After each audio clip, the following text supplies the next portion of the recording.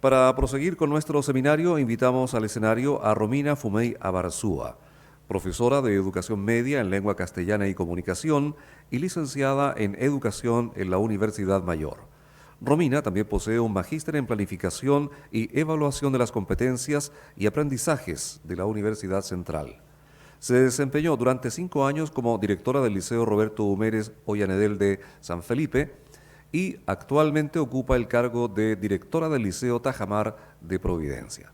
Dejamos con ustedes a Romina Fumey, quien realizará la presentación Liderazgo Escolar, movilizando la mejora colaborativamente.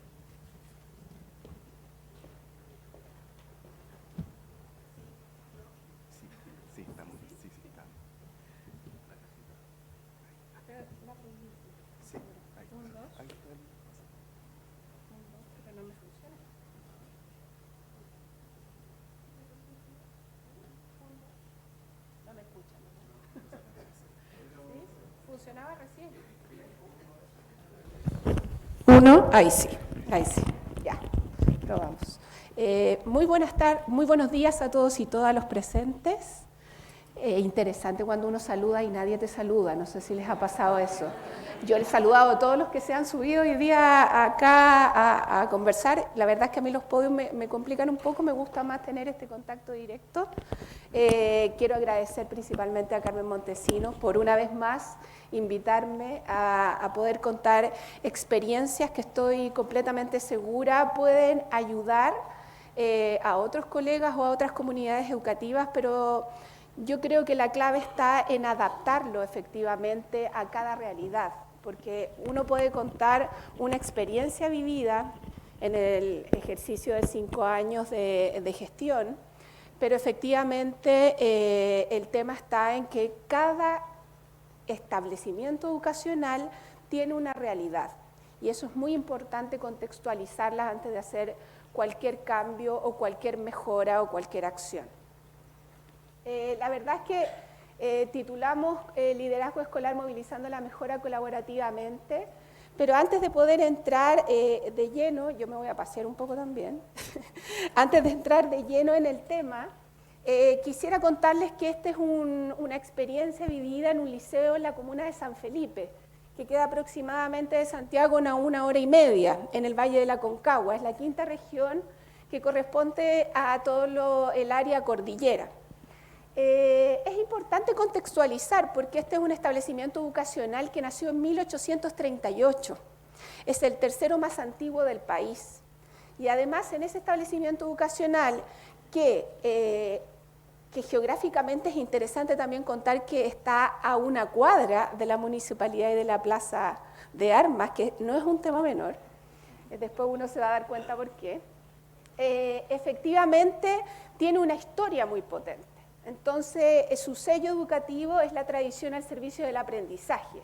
Pero uno se da cuenta que las políticas públicas a través de los años, entre 1838 y la actualidad, van cambiando. Entonces, una de las cosas que le pasó al Liceo Roberto Humérez, que antiguamente era el Liceo San Felipe y después se convirtió en el Liceo de Hombres, era primero que era solo de hombres, que tenía internado, que era 1 cuadra completa, con teatro, gimnasio y toda la infraestructura para la época, que era amplia, grande, con una capacidad de 1.500 estudiantes para recibir solo varones, que en la década de los 70 ya ingresó a las mujeres a sus aulas, pero que era de élite. Era este concepto de educación para llegar a la Universidad Científica Humanista que convocaba a una región completa. Y eso es súper importante aclararlo, que es un poco los colegios emblemáticos o liceos que estamos viendo en la palestra hoy en día, aquí en Santiago, por ejemplo, el Instituto Nacional o el Internado Nacional Barros Arana, que es como el símil del liceo que yo les estoy contando en la comuna San Felipe. Entonces estaba en todo su apogeo, en la década del 70, con 1.500 estudiantes, casi 2.000 en algún momento, y en la década de los 80 cambió su formalidad de científico humanista a ser un colegio politécnico. Una decisión que tomó la política pública local del momento. Al ser politécnico se convirtió en 3 fases. Da 3 tipos de educación. científico humanista para poder llegar a la universidad, da carreras técnicas, específicamente en el área administrativa y comercial, y luego hace los oficios. Había peluquería, trabajo en madera, y esto causó un descontento en la comunidad sanfelipeña, porque este gran colegio de élite abrió sus puertas a todas y todas las posibilidades educativas, que hoy día, si lo hablamos bien, es la ley de inclusión, si lo contextualizamos. Entonces, lo que sucedió ahí, que siguieron avanzando las políticas públicas y ya llegamos a la década del 90, y la mayoría de las familias sanfelipeñas decidieron que no iban a seguir matriculando a sus hijos ahí, a sus hijos e hijas, porque efectivamente no cumplían con este parámetro que ellos querían. Y nace un colegio particular subvencionado con una infraestructura impresionante, se llama Liceo Mixto, que más de algunos de ustedes que viven en Santiago han tenido en alguna comuna algún liceo particular subvencionado con unas características de gran infraestructura, piscina, gimnasio, etcétera. Y este liceo ya en el 2000 tenía aproximadamente 1000 estudiantes, ya había bajado su cantidad de matrícula, y el primer año de la apertura de este liceo subvencionado bajó su matrícula en 400. De un año para otro. Y luego paulatinamente fue bajando hasta que llega el momento de decidir un colegio bicentenario, y todo el mundo y la comunidad sanfelipeña pensó que iba a ser este establecimiento histórico, que había que salvar, porque ya estábamos en 300 matriculados y nadie confiando efectivamente en la educación que estaba entregando el Liceo Roberto Humera, que ya había cambiado de nombre además, que no sirve mucho para la identidad, cambiar 4 o 5 veces el nombre a través de las décadas en los establecimientos educacionales. Entonces, no es elegido colegio bicentenario, y los pocos estudiantes que estaban ahí emigraron al establecimiento bicentenario, y sucedió esto. El 2013 se llama concurso de alta dirección pública, sale ganador un director, y el director a los 3 meses renuncia. Y queda efectivamente un director interino, que era parte de la comunidad. Y se fracciona, yo me imagino que para muchos de ustedes, o quizás algunos no conocen la realidad del colegio propiamente tal, los fraccionamientos dentro de los establecimientos educacionales nacen desde los adultos. Entonces aquí tuvimos un fraccionamiento completo de quienes estaban apoyando a este director interino y quienes no. A finales del 2013 hay un cambio en el 2013 de sostenedor, de alcalde, y llama a concurso público, y yo asumo la dirección de este establecimiento educacional el 2014, con 160 estudiantes matriculados. Después de este contexto histórico que les acabo de hacer lo más rápido que pueda, y con un IBE de 91% y categorización insuficiente en marcha blanca ya de 3 años, que no es un tema menor. Solo liceo científico-humanista, y entregando algunas carreras como administración, contabilidad y electrónica. Ya había dejado de lado el tema de los oficios, ¿ya? Y ese es un poco para que vean, es una manzana completa, que ahí se puede mencionar, visualizar mejor.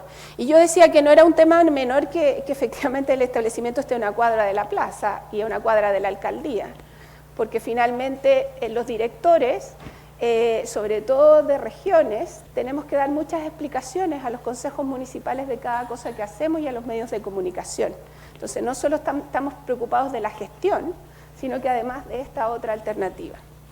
En segundo medio, el 2014, el lenguaje, el establecimiento tenía 217 puntos en CIMSE, en matemáticas 189 y en ciencias 221, en octavo básico 198, en matemática 206 y en historia 213. Ese es como el panorama en el 2014 en términos de puntaje CIMSE. ¿Qué hicimos? La verdad es que nos enfocamos primero en la reconstrucción de la convivencia escolar, porque estos 160 estudiantes, en un 90%, estaban dedicados al consumo y al microtráfico de drogas dentro del establecimiento educacional. No se podía realizar clases y los docentes tenían mucho temor, al igual que los asistentes de la educación, además de la fracción que ya les mencioné anteriormente. Entonces lo que hicimos en primer lugar es ver cuáles son los focos que íbamos a atacar, teniendo como claro que la meta principal era restablecer la convivencia escolar. Desde ahí nos centramos primero en el trabajo colaborativo, que yo creo que esta frase nos hace mucho sentido hoy, pero para la mayor parte de nosotros y nosotras, el trabajo colaborativo a veces se confunde con el trabajo en equipo, y no es igual. No es dividirme el trabajo para poder finalmente generar un producto, sino que realmente es gestionar y en comunidad crear y tomar decisiones, equivocándonos muchas veces y en otras no, y aprendiendo de las equivocaciones colaborativamente. Y ese concepto es complejo de desarrollar en una comunidad educativa.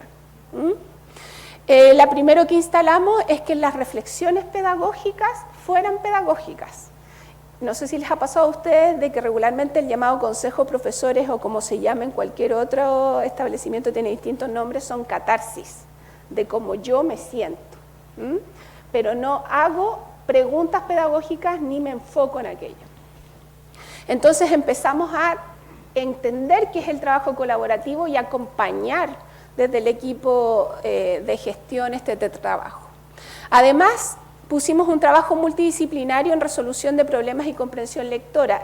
Les hicimos que en este trabajo colaborativo nos diéramos cuenta que el CIMSE o la PSU o o la categorización de la agencia no está centrada en lenguaje, matemática, ciencia e historia, sino que es un trabajo multidisciplinario, que arte, religión, educación física, todos efectivamente pueden aportar en la resolución de problemas y en comprensión lectora, porque estamos hablando de habilidades cognitivas, no estamos hablando de conocimientos.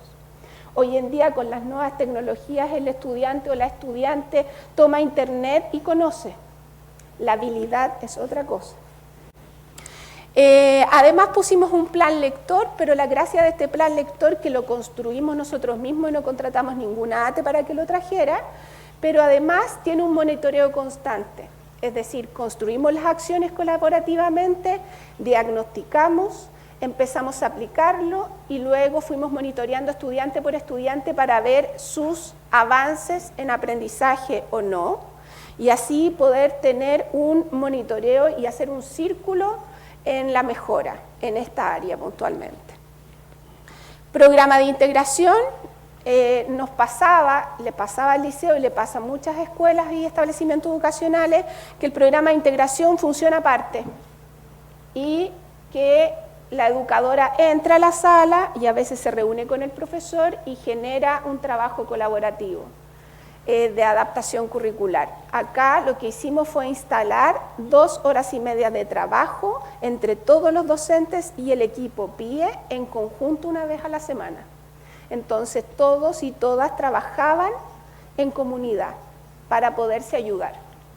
Y eso dio grandes resultados. Y incentivo para los estudiantes. Uno regularmente puede incentivar a los estudiantes y debe hacerlo por el tema de indicador de desarrollo social de la autoestima académica. Un estudiante, si no se siente motivado, no confía en sí mismo, es muy difícil que pueda efectivamente dar un paso real al aprendizaje. Entonces, motivándolos con distintos premios, y hicimos algo interesante que no solo premiábamos, que es algo típico que pasa en todos los establecimientos educacionales, al mejor promedio, sino aquel estudiante que, por ejemplo, entró con una calificación 4 a principio de año, pero llegó a un 5 al final, y se esforzó mucho y movilizó sus aprendizajes. Y él también necesita, o ella también necesita, ese incentivo, ese estímulo. Sé que me estoy alargando, así que Los indicadores de desarrollo personal y social, que me imagino que la mayoría de ustedes los conoce, son 8. 4 que son medidos estrictamente en un cuestionario que se le entregan a los estudiantes, a los profesores y a los apoderados después de rendir la prueba CIMSE, que son autoestima académica, participación, convivencia escolar y hábitos de vida saludable. Y los otros que son medidos directamente en el sistema SIGE, porque son datos duros, como la matrícula, la retención, la asistencia, el género, y también la tasa de titulación si es un caso de un establecimiento con técnico profesional. Solo decir cosas que hicimos, por ejemplo, en la autoestima académica, generamos altas expectativas de los estudiantes. Porque es distinto entrar a una sala, a un aula de clase y hacer una clase, pero creer que efectivamente esa estudiante o ese estudiante no van a llegar a ninguna parte. Es decir, si yo no creo en ellos, difícilmente ellos vayan a creer en ellos mismos. Y eso fue un clic difícil de lograr, porque aquí hay algo que es muy importante. A mí las cosas me tienen que hacer sentido. Si las hago porque me la ordenan, porque me lo piden, tengo que planificar porque está, porque lo tengo que hacer, copio y pego, lo hago. Pero si me hace sentido, cambio. Y eso es muy importante en la autoestima académica. Bueno, teníamos dupla psicosocial y todavía se mantiene, y en Santiago también está, y lo que hicimos fue poder generar talleres de autoestima identificando quiénes principalmente tenían estas dificultades y fortalecer, por supuesto, el rol del profesor o profesora jefe, que es fundamental en un acompañamiento y también en capacitaciones, donde tuvieran las herramientas para poder entregar este creer y este sentir en los estudiantes. En el clima de convivencia escolar, rápidamente una de las primeras cosas que hicimos al ver la división de los funcionarios es hacer un trekking, que tenía como enfoque el trabajo colaborativo y demostrar que juntos íbamos a lograr cosas y no separados. Y eso se extrapoló, viene más adelante, pero no lo voy a enumerar tal como está ahí, pero se extrapoló a los estudiantes. Entonces durante todo el 2014 todos los cursos vivieron esta experiencia. Bueno, hicimos un plan para disminuir el microtráfico, explicarle a los estudiantes que este no, era un lugar que no era la prolongación de lo que vivían en las calles de sus casas, entendiendo que la mayor parte de sus familias eran microtraficantes y ellos estaban replicando esto en el establecimiento educacional. Les tuvimos que mostrar que el establecimiento educacional era un lugar que ellos tenían que proteger, cuidar, porque era su segunda casa y tenían que estar protegidos. Que no teníamos problemas con apoyarlos en el consumo y acompañarlos, derivarlos, hacer seguimiento, etcétera, pero que entendieran que la venta dentro de un establecimiento educacional no corresponde. Normalizar, por lo tanto, el clima de aula, que dentro de la sala de clase se pudiese hacer clase, en el 2014 no se podía. Sistema de codificación de las faltas remediales y formativas, nos pasó también, y no sé si a la mayoría de ustedes que están en establecimientos educacionales les sucede, que uno tiene un manual de convivencia, un reglamento interno con unas faltas muy largas, y que luego el docente o la docente en la sala de clases pone subjetivamente y describe, cuando en el fondo uno solo tiene que decir lo que sucedió. Entonces lo que nosotros hicimos, y después las posteriores entrevistas y todas las conversaciones formativas que hay que tener antes de sancionar, y esto es por ley, lo que hicimos fue ponerle un número a la falta. Por eso se llama codificación, y que simplificó mucho el tema. Por ejemplo, llegar atrasado era código 1. Entonces el profesor antes o la profesora ponía, llegó atrasado con una cara compleja y displicente. No, llegó atrasado, punto. Nosotros haremos el seguimiento correspondiente después. Entonces hicimos esa codificación. Fomentar la identidad liceana. Cuando llegamos en 2014, a pesar de ser un colegio con 180 años de historia, nadie se sabía el himno del colegio, por ejemplo. Y al final se retumban las salas escuchándolos cantar. Entonces entender que no estaban en cualquier establecimiento educacional, sino que tenían que identificarse con él. Articulación, esto también es importante entre el Departamento de Orientación, Convivencia Escolar y Inspectoría, porque efectivamente van pasando los casos, sobre todo de alta vulnerabilidad, y tiene que haber una concordancia en un trabajo colaborativo entre esas tres unidades. Si no, no funciona. Derivación y seguimiento en el tema de vulneración de derechos, activamos el Centro de Padres, Madres y Apoderados y se hicieron muchos encuentros que no interfirieran con el tema pedagógico, pero sí generaran identidad.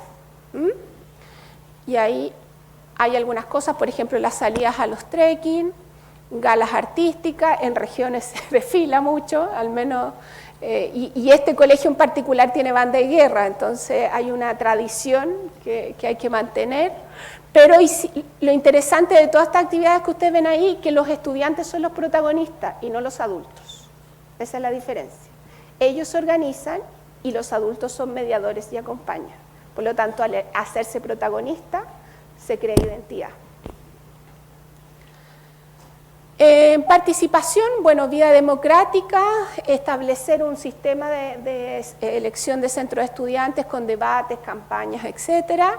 Se fortaleció el plan de formación ciudadana, salidas pedagógicas, súper importante. No, hay que diversificar, y lo dice, me imagino que todos ya están al tanto del decreto 67, que hay que reestructurar los reglamentos de evaluación, donde habla de la diversificación del aprendizaje. Y la salida pedagógica es parte de ello. Efemérides y actos organizados por las estudiantes. Si uno ve el calendario que le llega a uno a principio de año, está el día de todo. Lo que hicimos nosotros fue elegir una efeméride por mes y que estuvieran cursos a cargo con profesores mediadores, con inspectores, es decir, asistentes de la educación y con integrantes del proyecto de integración. Entonces era una comisión representativa como el consejo escolar, pero quienes desarrollaban estas acciones eran los estudiantes. Y ahí hay algunas imágenes de que solo, si ustedes ven, solo ellos son los protagonistas, ¿no? Y eso es lo importante. Al hacerme protagonista me doy cuenta de que es significativo. En hábitos de vida saludable, bueno, promovimos el consumo de frutas y vegetales a través de la radio. Hicimos una radio en el establecimiento y cada semana tocaba una fruta o una verdura, donde se explicaba por radio en el recreo cuáles eran sus beneficios, y además eran los propios estudiantes quienes repartían la fruta de la semana. Trekking por cursos que se hacen todos los años, campamentos con foco en identidad liceana y vida saludable, y fortalecimos el plan de educación física, que no fuera solo la clase, sino que se explicara este concepto.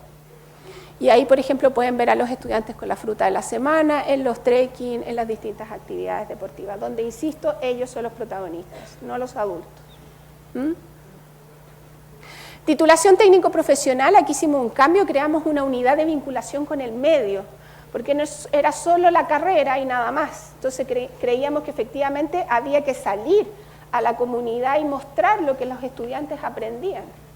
Entonces lo primero que hicimos fue una alianza con Servicio de Impuestos Internos, y en esta alianza con Servicio de Impuestos Internos entramos en la operación renta, que me imagino que todos conocen, la devolución de los impuestos, y en San Felipe y en todas las comunas aledañas de San Felipe, en realidad en la provincia, en los últimos 3 años, Servicio de Impuestos Internos cierra sus puertas y la declaración renta se hace en el Liceo Roberto Humérez y lo hacen los estudiantes, capacitados por Servicio de Impuestos Internos. Y es un servicio de la comunidad que es durante todo el mes de abril, y ya el 2018, partimos atendiendo, como 200 usuarios y terminamos atendiendo en el 2018 2.500 usuarios.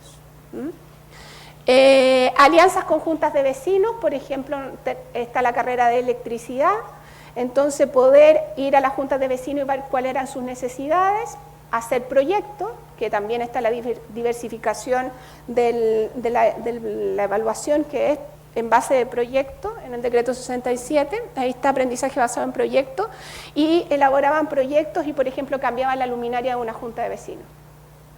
Entonces entraban en las comunidades. Y pasantías en estudiantes, entidades públicas y privadas. Entonces pasaban los 2 últimos meses antes de salir de clases en distintas entidades que los ponían a trabajar en habilidades propiamente tal. Ahí tengo algunas imágenes de trabajos por proyecto. Conseguimos algunos recursos, tenemos operación renta y una nota en la prensa porque efectivamente el foco está ahí. Retención escolar, plan de orientación en el caso de posible deserción, con entrevista a la del estudiante, la idea es que cuando él o la estudiante quiera retirarse del establecimiento, nos explique por qué y poderle darles alternativas, no llegar y entregar los papeles y que se vaya y que pierda esta oportunidad de estudiar. Acompañamiento, derivación y seguimiento con la dupla psicosocial con visitas domiciliarias, gestión, promoción y becas, y creamos un ropero escolar y entrega de útiles escolares. Los primeros roperos escolares fueron donaciones y después ya pudimos obtenerlos con la ley CEP, por lo tanto ya aquellos estudiantes que no podían adquirir su uniforme tenían absolutamente todo. Y esa es una opción. Ahí tenemos algunas premiaciones,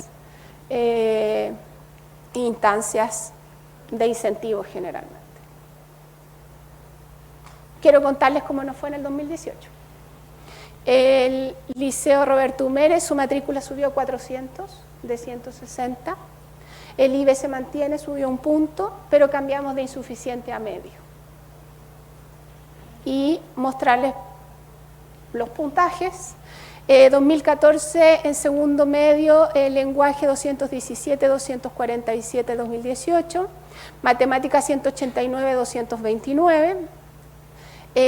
Ciencias naturales 221 y 233. Y en octavo, el lenguaje 198, 251, ahí subieron 66 puntos. Matemática 206 a 226, historia 213 y el otro año se dio ciencias naturales 253. Para terminar, mostrar un poco los IDPS, que deben estar sobre 85, sobre 80. Tuvimos 74 en autoestima el 2016, ahí estaba un poco al debe con 76. En convivencia escolar de 70 subimos a 82. En participación y formación ciudadana de 73 a 85 y en hábitos de vida saludable de 67 a 85. Finalmente la tasa de titulación en el 2014 era de 52 y después de todo esto que les mostré que hicimos con el Servicio de Impuestos Internos subimos a 81 en tasa de titulación. Muchas gracias.